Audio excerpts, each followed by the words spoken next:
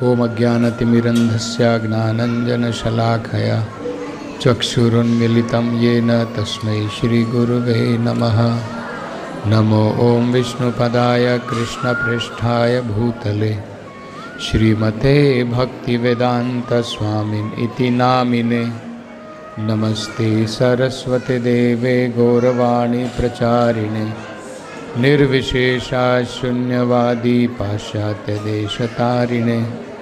जय श्री कृष्ण चैतन्य प्रभु नित्यानंद श्री अद्वैत गदाधर श्रीवासादि गौरभक्तवृंद। हरे कृष्णा कृष्ण कृष्णा हरे हरे, हरे राम राम राम हरे हरे। हरे कृष्णा कृष्ण कृष्णा हरे हरे, हरे राम राम हरे हरे। हरे कृष्णा कृष्ण कृष्णा हरे हरे, हरे राम हरे हरे। हरे कृष्णा। तो आज हम पानीहट्टी चीड़ा दही महोत्सव मना रहे हैं।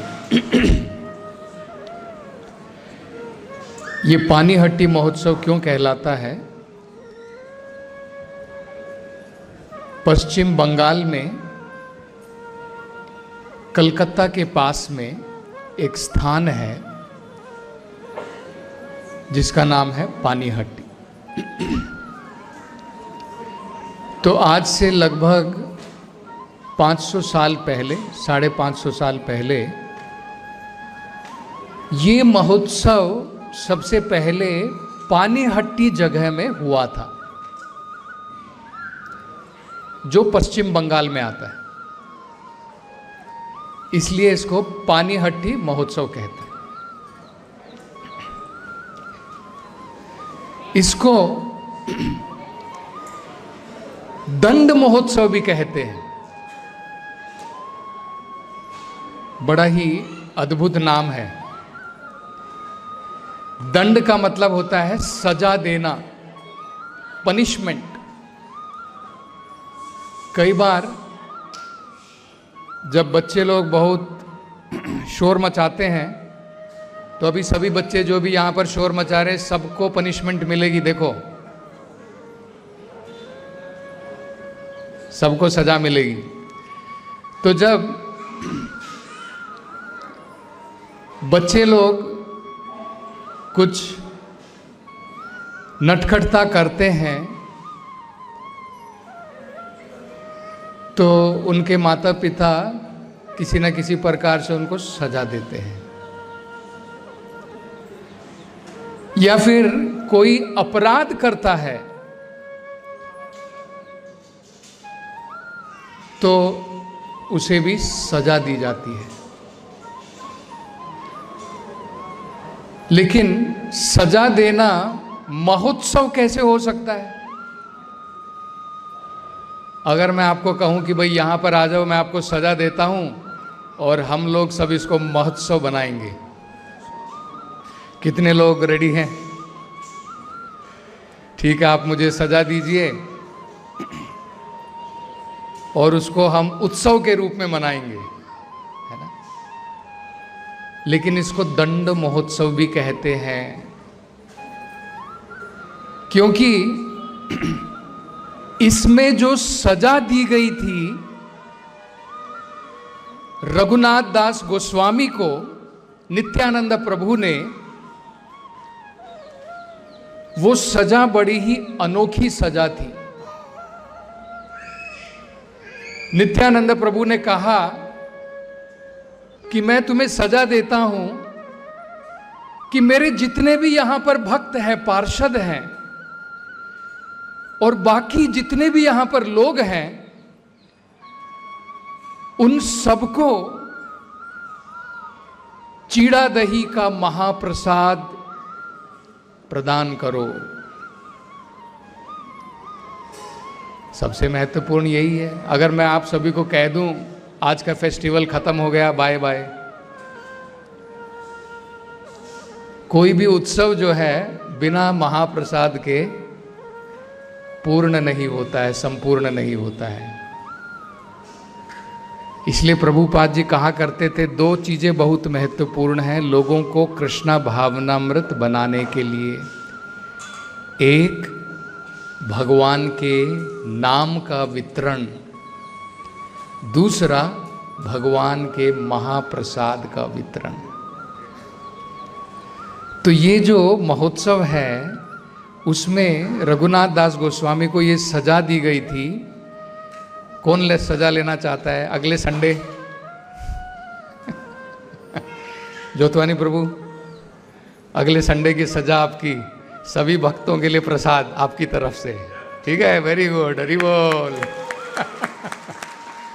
देखिए कितनी बढ़िया सजा है ना, भक्तों को प्रसाद खिलाने के लिए। तो जितने भी यहाँ पर लोग हैं सबके लिए सजा है, एक एक संडे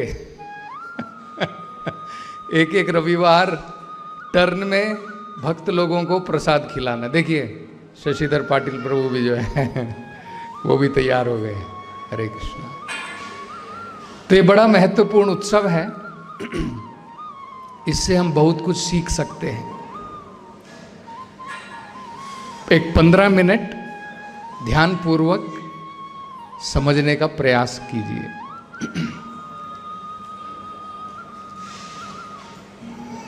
इस भौतिक संसार में मनुष्य जीवन में सबसे महत्वपूर्ण हमारा कार्यक्रम, हमारा लक्ष्य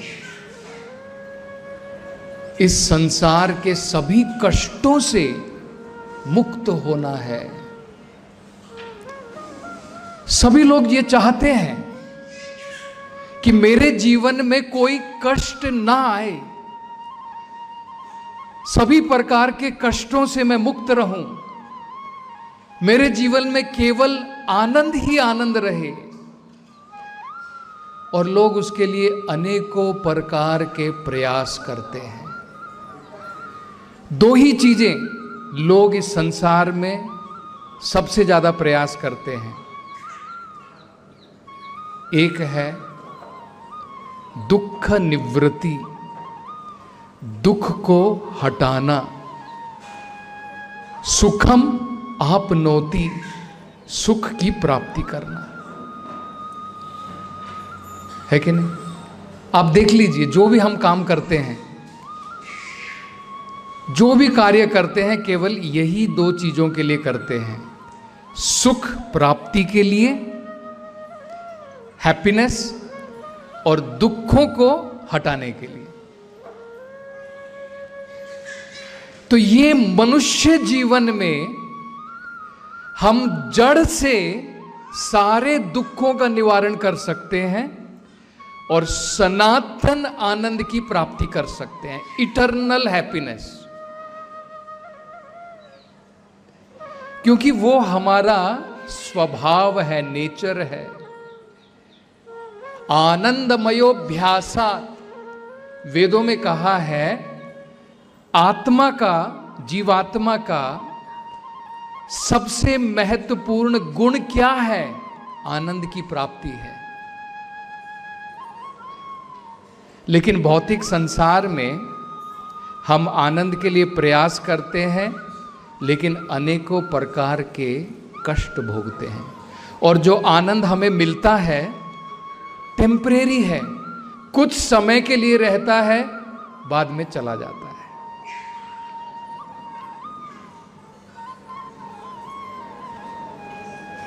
तो ये सबसे महत्वपूर्ण मनुष्य जीवन में हमारा गोल, लक्ष्य होना चाहिए। अब इस लक्ष्य को प्राप्ति करने के लिए कुछ चीजें फेवरेबल हैं, अनुकूल हैं, और कुछ चीजें अनफेवरेबल हैं, प्रतिकूल हैं। तो कुछ चीजों को हमें अपनाना चाहिए और कुछ चीजों को छोड़ना चाहिए, तब हम इस लक्ष्य की तरफ आगे बढ़ पाएंगे। जब हम बीमार होते हैं उस समय स्वस्थ होने के लिए एक अच्छा डॉक्टर 2 चीजें प्रिस्क्राइब करता है, कुछ डू कुछ डोंट। कुछ हमें करना चाहिए, कुछ नहीं करना चाहिए। जैसे उदाहरण के तौर पर अगर आपको खांसी है, आपको बुखार है, आपका गला बंद है, जुखाम है, तो डॉक्टर आपको कहेगा फ्रिज का ठंडा पानी मत पियो, आइसक्रीम मत खाओ, तली हुई चीजें मत खाओ। कहेगा गर्म पानी पियो, ज्यादा पानी पियो, हरी सब्जी खाओ, है ना, न्यूट्रिशन से भरा हुआ भोजन लो, दवाई लो, आराम करो। तो कुछ चीजें हमें करनी चाहिए और कुछ नहीं करनी चाहिए। तो इसको कहते हैं अनुकूल और प्रतिकूल। तो यहां पर रघुनाथ दास गोस्वामी, जिनको नित्यानंद प्रभु ने ये दंड दिया था, उनके जीवन से हम ये सीख सकते हैं हमें भगवान की भक्ति में क्या करना चाहिए और क्या नहीं करना चाहिए। ये एक उदाहरण है भगवान की महान भक्ति में वो कैसे आगे बढ़ सके। सबसे पहला है कि रघुनाथ दास गोस्वामी बचपन से ही उनको उनके माता पिता, उनके जो पिताजी थे और उनके पिताजी के जो भाई थे, हिरण्य मजुमदार और गोवर्धन मजुमदार, रघुनाथ दास गोवर्धन मजुमदार के पुत्र थे। तो हिरण्य मजुमदार और गोवर्धन मजुमदार उनके पिताजी और उनके पिताजी के भाई, उन्होंने जगन्नाथ मिश्रा चैतन्य महाप्रभु के पिता, उनका संग किया था, उनकी सेवा की थी। मतलब उनके पिता और उनके पिता के भाई दोनों को चैतन्य महाप्रभु के पिताजी का संग प्राप्त हुआ था। और रघुनाथ दास गोस्वामी को बलराम आचार्य, जो उनके शिक्षा गुरु थे, उन्होंने चैतन्य महाप्रभु के बारे में बताया था। ये बलराम आचार्य कौन थे? ये बलराम आचार्य हरिदास ठाकुर के शिष्य थे। तो ये एक बड़ी महत्वपूर्ण हम सभी माता पिताओं की जिम्मेदारी है। अगर हम चाहते हैं कि हमारी संतान भगवान की भक्ति में आगे बढ़े, तो जैसे रघुनाथ दास गोस्वामी को बचपन से इस प्रकार के महान भक्तों का संग मिला था, अगर हम भी अपनी संतानों को, अपने पुत्र अपनी पुत्री, उनको साधु संग, सत्संग प्रदान कर सकें, तो ये एक बड़ा महत्वपूर्ण अनुकूल परिस्थिति हो जाती है उनके लिए भगवान की भक्ति में आगे बढ़ने के लिए। तो जब भी आप आए मंदिर कार्यक्रम के लिए, अपने बच्चों को साथ में लेकर के आएं और उनको सिखाना चाहिए। और सिखाने की भी इतनी बड़ी ज़रूरत नहीं है, बच्चे नकल करते हैं बड़ों के। आप कीर्तन में ताली बजाएंगे, बच्चे भी आपके साथ में देखिए ताली बजाएंगे। आप कीर्तन में नाचेंगे, वो भी नाचेंगे। आप भगवान को प्रणाम करेंगे, बच्चे भी प्रणाम करेंगे। इस प्रकार से बच्चे सीखते हैं। तो अपने संग के द्वारा हमें बच्चों को भगवान की भक्ति में इस प्रकार से लाना है। तो ये एक बड़ी अनुकूल परिस्थिति थी रघुनाथ दास गोस्वामी के लिए, भगवान के महान भक्तों का संग। दूसरा, भौतिक सुखों से, इंद्रिय भोग से अनासक्ति। वो निरासक्त थे। जो व्यक्ति इस भौतिक संसार में इंद्रिय भोग में लगा हुआ है, वो भगवान की भक्ति नहीं कर सकता है। ये गारंटी ले लीजिए, उसकी कोई पॉसिबिलिटी नहीं है। जो व्यक्ति इंद्रिय भोग में पागल हो गया है, मग्न है, जो इस भौतिक संसार में ऐश्वर्य के पीछे पागल है, धन दौलत भौतिक सुख, वो व्यक्ति आध्यात्मिकता में प्रगति नहीं कर सकता है। भगवद गीता में भगवान इस बारे में बताते हैं। बहुत सुंदर श्लोक है, कोई बता सकता है? आदिराज प्रभु, वेरी गुड। दो चीजें बताते हैं भगवान। भोगेश्वर्य प्रसक्तानाम तया अप्रहता चेतसाम व्यवसायात्मिका बुद्धि समाधौ न विधीयते। जिस व्यक्ति का मन भोग और ऐश्वर्य में डूबा हुआ है, आसक्ता नाम, प्रसक्ता नाम, प्रसक्ता का नाम बहुत ज्यादा जो डूबा हुआ है, very attached to material enjoyment and material opulence. व्यवसायात्मिका बुद्धि, उसकी बुद्धि एकाग्र नहीं हो सकती है। समाधौ न विधीयते, वो भगवान की भक्ति में, भगवान में अपना मन नहीं लगा सकता है। तो इसलिए आप देख सकते हैं, जो लोग बहुत ज्यादा धनवान हैं, पैसे वाले हैं, जिनका मन केवल कैसे अपनी संपत्ति को बढ़ाना है, प्रभुपाद जी कहते हैं, even if they chant the holy name of the Lord, they cannot chant with feeling. भावनाओं के साथ में वो भगवान के नाम को नहीं पुकार सकते हैं। जो व्यक्ति भौतिक संसार के सुखों में डूबा हुआ है, वो कहां से भावनाओं के साथ में भगवान के नाम को पुकारेगा? लेकिन तो ये भी बहुत महत्वपूर्ण है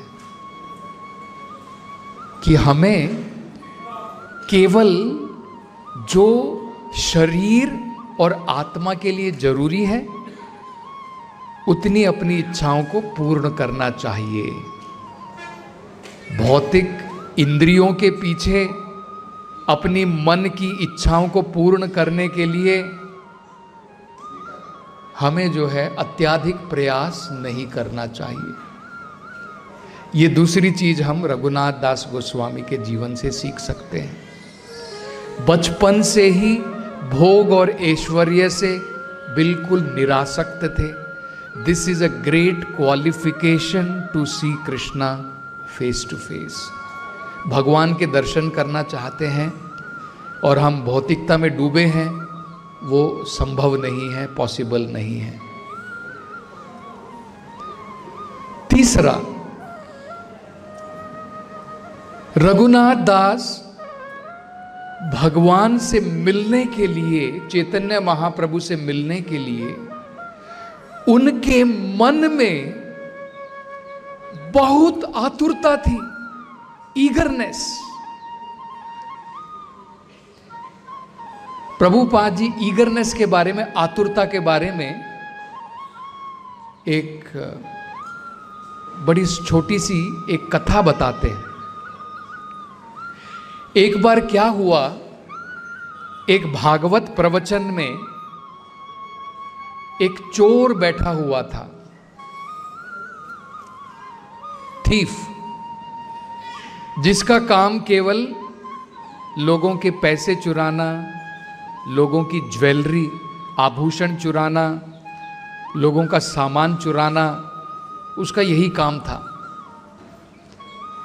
हम लोग कहते हैं ना, पिक पॉकेट से सावधान रहिए। वो कह रहे हैं कि टाइम हो गया है। तो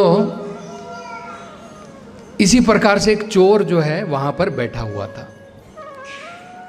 भागवत कथाकार बता रहे थे कि माता यशोदा भगवान कृष्ण को इतने सुंदर आभूषणों से सजाती है कि भगवान की जो सुंदरता है, उसकी सुंदरता को देख करके, भगवान की सुंदरता को देख करके करोड़ों कामदेव भी शर्मा जाते हैं। तो ये सुन रहा था बैठ करके कि माता यशोदा भगवान कृष्ण को, जो एक बाल स्वरूप में है, इतने सुंदर आभूषणों से सजाती है। तो तुरंत उसके दिमाग की बत्ती जल गई। सोचने लगा कि भाई मेरा तो काम पूरा हो गया, अब छोटी मोटी पॉकेट काटने की जरूरत नहीं पड़ेगी। ये एक बालक मेरे हाथ में आ गया तो मेरा तो जीवन उद्धार हो गया, क्योंकि ये बालक के पास में इतने सारे सुंदर आभूषण हैं। मेरे को अगर वो मिल गए तो मेरी तो नैया पार हो गई। तो भागवत कथा होने के बाद में वो उनसे जाकर के पूछता है कि स्वामी जी मुझे ये बताओ, ये बालक मुझे कहां मिलेगा?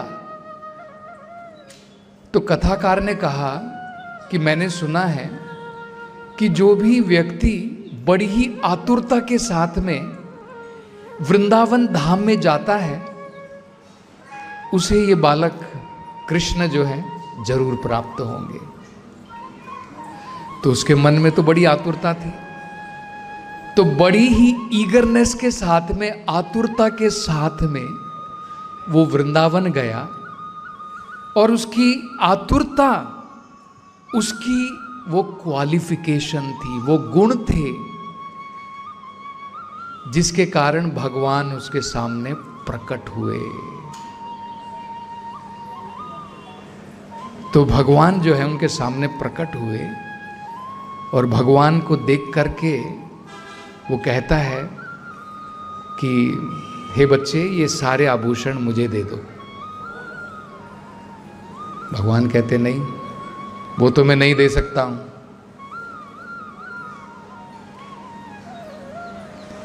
तो जब तक वो भगवान के पास में थे, भगवान के संग में थे, इस चोर के, इसके जो है सारे विचार, उसकी चेतना, उसके अंदर में जो मल था, सब कुछ जो है वो बिल्कुल निर्मल हो गया। और जिस प्रकार से ध्रुव महाराज भगवान के पास में गए थे कुछ मांगने के लिए, लेकिन भगवान के दर्शन करने के बाद में कहते हैं, स्वामिन कृतार्थोस्मि वरम न याचे। भगवान कह रहे हैं कि मेरे से वर ले लो, क्या चाहिए, क्योंकि तुम कुछ वरदान मांगने के लिए तुमने इतनी सारी तपस्या की थी। लेकिन भगवान के दर्शन करने के बाद कह रहे हैं वरम न याचे, अब मुझे कोई वर की जरूरत नहीं है। कृतार्थोस्मि, मैं अपने जीवन में पूर्ण रूप से संतुष्ट हो गया हूं। तो इस प्रकार की ईगरनेस, इस प्रकार की आतुरता रघुनाथ दास गोस्वामी उनके अंदर में थी। जब चैतन्य महाप्रभु ने सन्यास लिया तो रघुनाथ दास गोस्वामी ने अपने पिता से आग्रह किया कि मैं चैतन्य महाप्रभु से मिलना चाहता हूं। बहुत कहने के बाद में बड़ी मुश्किल से बहुत सारे सैनिकों के साथ में, रक्षकों के साथ में उनको भेजा गया। चैतन्य महाप्रभु से मिलने के बाद में वो कहते हैं कि महाप्रभु मैं आपकी सेवा में लगना चाहता हूं। चैतन्य महाप्रभु ने कहा जल्दबाजी मत करो, जब तुम्हारा समय आएगा इस भौतिक संसार को छोड़ने का तब मैं तुम्हें बताऊंगा। तब तक के लिए गृहस्थ जीवन में जैसे तुम्हारे माता पिता चाहते हैं, बाहरी रूप से अपने सारे कर्तव्यों का पालन करो, लेकिन अंदर से केवल भगवान के साथ में आसक्त रहो। ये हम सब गृहस्थ लोगों के लिए बहुत महत्वपूर्ण है। सबके लिए पॉसिबल नहीं है और वो रिकमेंडेड भी नहीं है कि आप सब कुछ छोड़ करके आप सोचे कि मैं सन्यास ले लेता हूं। कोई फायदा नहीं है, क्योंकि बाहर के कपड़े मात्र त्याग देने से सन्यास नहीं होता है। जब तक हम काम वासनाओं को, अपनी भौतिक इच्छाओं का त्याग नहीं करते हैं, वो सन्यास नहीं है। तो हमें कपड़ों को नहीं त्यागना है, वो तो बंदर भी त्यागता है। हमें अपनी काम वासनाओं का त्याग करना है। इसलिए चैतन्य महाप्रभु कहते ग्रहे थाको वने थाको सदा हरि बोले थाको। उसमें कोई प्रॉब्लम नहीं है कि तुम घर में रहते हो, वन में रहते हो। इंपॉर्टेंट क्या है, हमेशा अपना मन भगवान में लगाओ, भगवान के नाम का जप करके। और अंत में हम ये समझ सकते हैं, दो और बड़े महत्वपूर्ण चीजें, उनको मैं बस शॉर्ट में, उनका निश्चय और नित्यानंद प्रभु की कृपा। बहुत निश्चय था उनके मन के अंदर में। बहुत बार विफल हुए, घर से भाग जाते थे और उनके पिता, बहुत उनका इन्फ्लुएंस था, अपने इन्फ्लुएंस के द्वारा दोबारा पकड़ करके ले आते थे। बहुत बार प्रयास किया, रोज का ये चक्कर हो गया था। घर से भाग करके जाते और पिता जो है अपने सैनिकों को भेजते, वापस लेकर के आते। एक दिन रघुनाथ दास की मां ने कहा कि ऐसा करो, हमारे पुत्र को रस्सियों से बांध दो, तब ये कहां से भागेगा। तो उनके पिता ने जवाब दिया, तुम मूर्ख हो। हमारे पुत्र के पास में स्वर्ग लोक के जैसा ऐश्वर्य है और उसकी पत्नी अप्सरा के बराबर है। अगर ये दोनों चीजें भी उसको बांध नहीं पाई तो ये ऑर्डिनरी रस्सी कहां से बांधेगी।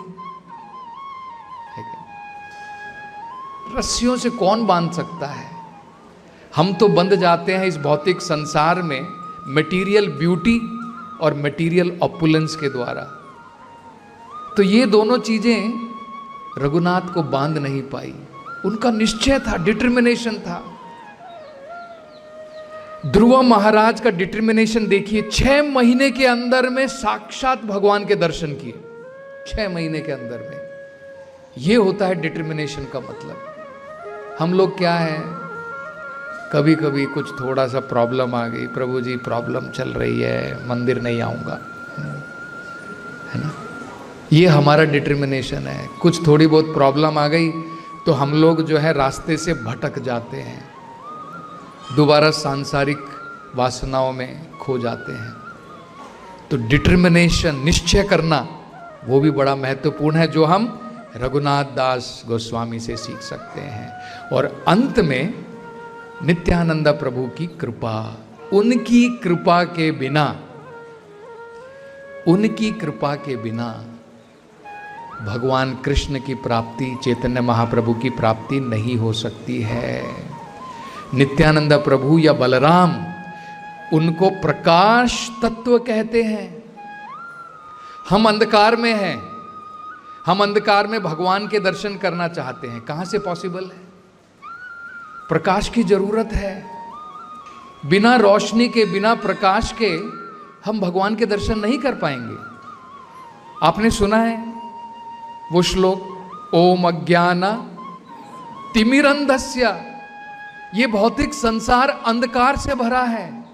जैसे सूर्य की जरूरत पड़ती है रास्ता देखने के लिए, इसी प्रकार से बलराम जी की कृपा की जरूरत पड़ती है, नित्यानंद प्रभु की कृपा की जरूरत पड़ती है। वो सूर्य के बराबर हैं, जो हमें प्रकाश देते हैं, जिनके द्वारा, जिनके प्रकाश के द्वारा हम भगवान के दर्शन कर सकते। तो पहले डायरेक्टली रघुनाथ दास गोस्वामी चैतन्य महाप्रभु से मिलने का बहुत प्रयास किया, लेकिन सफल नहीं हो पाए। तब उनकी समझ में आया कि बिना नित्यानंद प्रभु की कृपा के ये पॉसिबल नहीं है। फाइनली उन्होंने ये विचार किया, तो उनको ये संदेश प्राप्त हुआ कि पास में ही नित्यानंद प्रभु पानीहट्टी जगह पर आए हुए हैं। तो अपने पिताजी से आज्ञा लेकर के वो वहां पर पहुंचे। दूर से उन्होंने जो है नित्यानंद प्रभु को प्रणाम किया, और चैतन्य चरितामृत में बताया है, नित्यानंद प्रभु जहां पर बैठे हुए थे उस जगह को देख करके नित्यानंद प्रभु के शरीर से ऐसा प्रकाश निकल रहा था, मानो हजारों सूर्य, हजारों चंद्रमा वहां पर उदित हो गए हों। अभी हम आरती के समय में, महामंगल आरती के समय में नित्यानंद प्रभु के बारे में एक गीत गाएंगे, निताई पद कमला कोटि चंद्र सुशीतला। हम लोग क्लेश अग्नि में जल रहे हैं, हम जो कष्ट भोग रहे हैं उसको अग्नि कहते हैं, क्लेश अग्नि। अग्नि के बाद में अगर जब चंद्रमा उदित होता है, उसकी शीतलता हमें बहुत राहत देती है। और आप सोचिए, करोड़ों चंद्रमा अगर एक साथ में उदित हो जाएं, आपका जीवन कितना शीतल हो जाएगा। तो नित्यानंद प्रभु की कृपा के द्वारा वो चैतन्य महाप्रभु के दर्शन कर पाए। तो भक्तों ने बताया कि हे नित्यानंद प्रभु, ये रघुनाथ है जो आपको प्रणाम कर रहा है। तो उन्होंने कहा, नित्यानंद प्रभु ने उनकी तरफ देख करके मजाक में कहा, तुम चोर हो, तुम मुझसे छिप करके अभी तक जो है मेरे सामने नहीं आए, तुम मुझसे छिप रहे हो। चोर छिपता है ना, चोर क्या करता है, सामने नहीं आता है, छिप करके बैठता है। आज तुम मेरे सामने आए हो, आज मैं तुम्हें दंड दूंगा।